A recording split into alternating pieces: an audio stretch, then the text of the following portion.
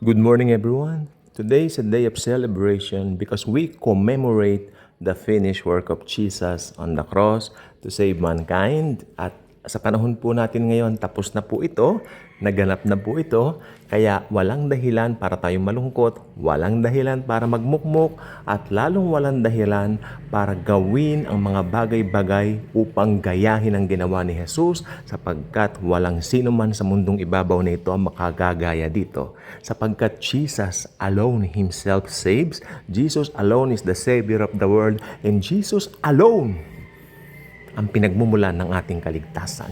Okay? So sa umaga pong ito, I would like to congratulate every Christian na nakikinig at nanonood po ng video ito sapagkat tayo po ay nakasulat na po ang mga pangalan natin sa aklat ng buhay.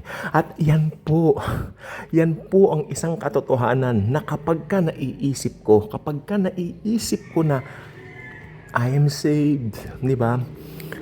I am loved, di ba?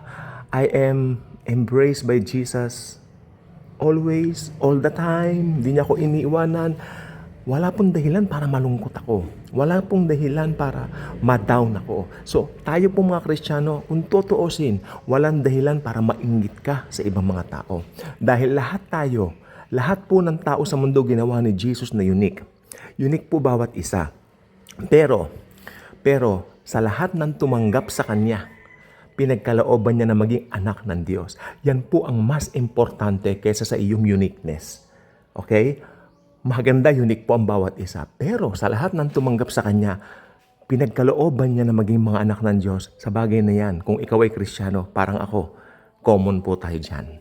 Pareho tayo dyan. At tayo po ay maraming pag-asa. Meron tayong blessed hope that Jesus one day will get His church for the rapture, to be with Him forever and ever until eternity.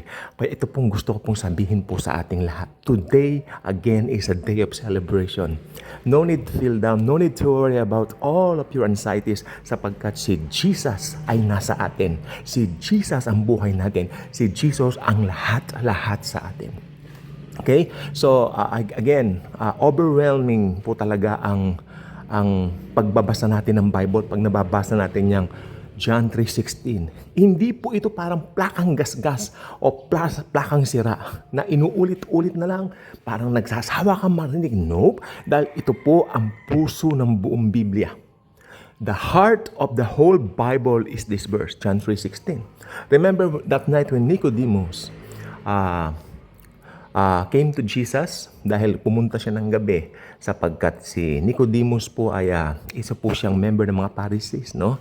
At siya po ay siyempre bilang membro ng mga nakatataas na mga may katungkulan niyan sa Israel during that time ay ayaw niya makita siya, ayaw siyang matagpuan siya ng mga kasamahan niya bilang mga Pariseo at mga Saduceo niyan at gusto niyang makausap si Jesus. Pero anong problema? Hindi niya magagawa ito ng araw. So pumunta siya ng gabi sa Panginoon. Hindi ko lang po alam kung anong ginagawa ni Jesus. Baka natutulog na si Lord noon, kinatok pa niya. Pero hinarap siya ng Panginoon at dito nga po niya nabanggit ang napaka-importante, I should say, the most important verse in the Bible. The heart of the Bible. John 3:16. Kaya pag ganitong Good Friday, always put in mind John 3:16.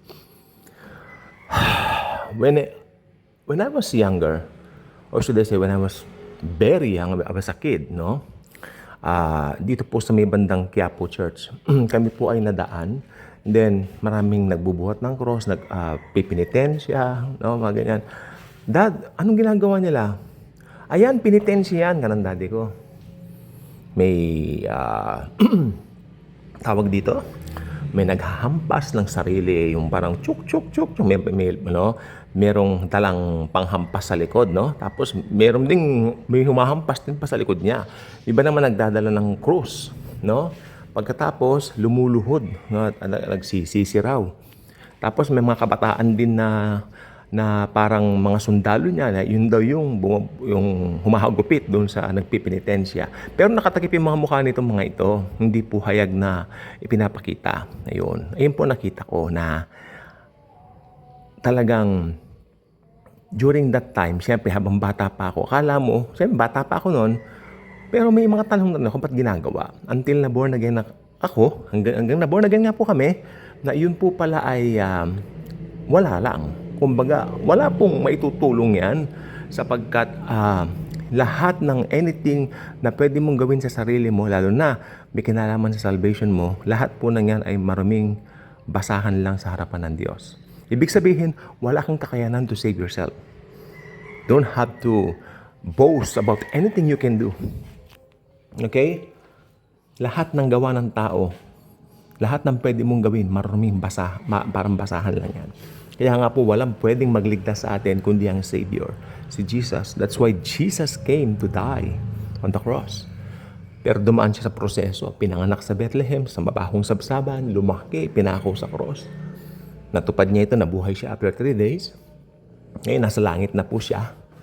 At anytime now, babalik na po siya to get His bride, the church. Tayo po yun, bride of Christ. Tayo po yung mga mananampalataya. Hindi po ang church building, no? Hindi ang anything na organization or institution. Tayo po yun. Okay? So, napakaganda po talaga at napakabalad nating mga mananampalataya sapagkat alam natin ang mga katotohanan ito. Hindi tayo nagbo-boast ng anything that we can do. We're only boasting of what Christ has done for us. And yan po ay sapat na overflowing, overwhelming, and wow, over-blessing. Okay? And it's something like you cannot just contain it in your mind na ganun pala kalalim ang pag-ibig ng Diyos sa atin. Tayo po ay sinulat na sa aklat ng buhay. Tayo po ay ligtas na. Opo, at naniniwala ako, ang isang bagong Kristiyano ay isa ng bagong nilalang. May bago ng pagkatao, may bago ng hangarin, may bago ng mithiin, may bago ng pagnanasa. Iba na ang kanyang ninanais, iba na ang mga bagay na gusto niyang gawin. Ito'y walang iba kundi mga bagay na makapagbibigay ng karangalan sa Panginoong Hesus. Dahil yan po ang pinaka-importante, especially ngayong Semana Santa. At ngayon nga pong Good Friday, it's a day of celebration. Don't need to feel down. You don't need to feel guilty about your past sins. No, we have a Savior. We have a living Savior na naghihintay po sa atin na lumapit lang po sa Kanya. Remember, sa Book of Revelation, chapter 3, verse 20, Behold, I'm knocking at the door of your heart. Anyone who will open it, I will come in. Kani Jesus. So, matagal naman kumakatok si Jesus sa mga puso po ninyo. Ba't hindi mo pagbuksan ng Panginoon? Papasukin mo siya. Tanggapin mo siya bilang Savior and Lord mo. Okay? Manipaniwalaan mo yung ginawa niya sa cross na yun ay sapat na upang ikaw ay maligtas. Na hindi mo kayang iligtas ang iyong sarili. We need a Savior. We need Jesus. Manalangin po tayo. Panginoong Jesus, alam ko na ako'y makasalanan at hindi ko po kayang iligtas itong aking sarili. Panginoon, naniniwala po ko na kayo po ay namatay sa krus upang bayaran ng mga kasalanan ko, past, present, future. Lord Jesus, kayo na po ang bahala sa buhay ko. Isinusuko ko po ang buhay ko po sa inyo. Kayo na po ang aking Lord and Savior from now on.